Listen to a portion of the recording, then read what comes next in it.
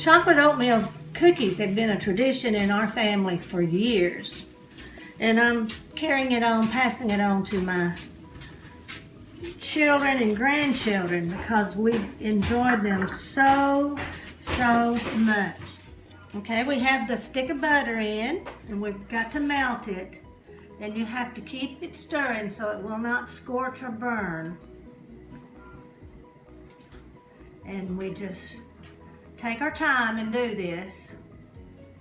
And the recipe calls for 1 stick of butter, 2 cups of sugar, probably 2 tablespoons full of cocoa. But sometimes I heat my spoons up pretty good with cocoa. It depends on the size of your spoon. And then you add your cocoa first after the butter, and then you add quickly, and sometimes you just scoot it off the fire long enough to add 2 cups of sugar in and a ½ cup of milk, and then you bring it back to a boil. But we've just about got that done, so I'm going to be adding the cocoa now, so you can watch the spoons. And about that much. And we're going to say about that much again. I'm going to see how that goes. And I can kind of tell by how it gets mixed up in here good. If it's too thin, I'll think I might need a little bit more.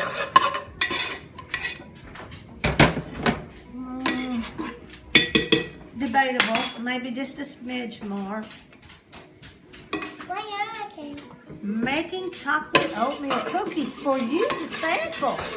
You can use that big spoon over there too if you want. Okay, I'm going to set it off the heat for just a second. And this sugar, is this the sugar I'm supposed to use in this sack? Okay, we're going to get 2 cups of this good white stuff. I'm measuring 1 cup.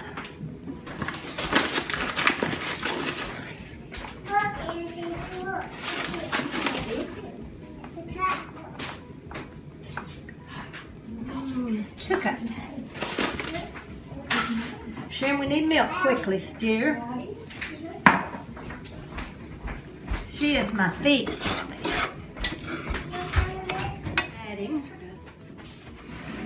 1 cup of milk. Then we'll set it back on the fire and stir it up and see what it looks like. Okay, we have all of our ingredients in here now, and we bring it to a boil.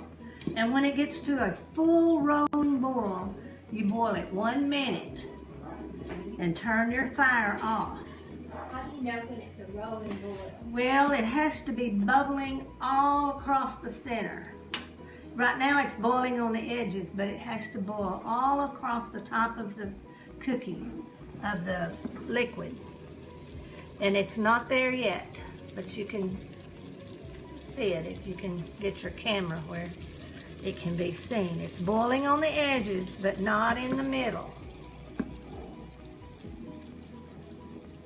And when we get to where it isn't all across the cookie dough, then we are going to start timing 1 minute. And we're almost there, just almost there. It's getting exciting because it's beginning to bubble and boil. And let's time ourselves a minute now. 1 minute. And you stir, keep stirring. Sharon, how about helping me out by getting me a cup of peanut butter? And it is really rolling. 1 cup. Come on, do this time. We're scooting it off of the burner. Did you see the puff of steam come up? And now then we will stir in a big teaspoon of vanilla and if you are making this recipe, you only need a ½ a cup of peanut butter in the recipe that I gave you on the phone. Okay. That looks like a cup, Sharon.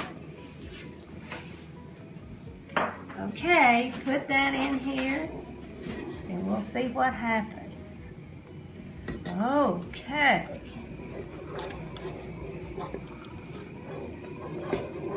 Now it says it's on 59 seconds, 59 minutes. Well, I hope you're done. Maybe someone said it wrong. Okay, Sharon, that was only 3/4 of a cup, you know. I know, but I heaped it. Well, I'll give you more. well, we'll just see. This may be enough. We'll just check it. You got all the peanut butter in that you can get.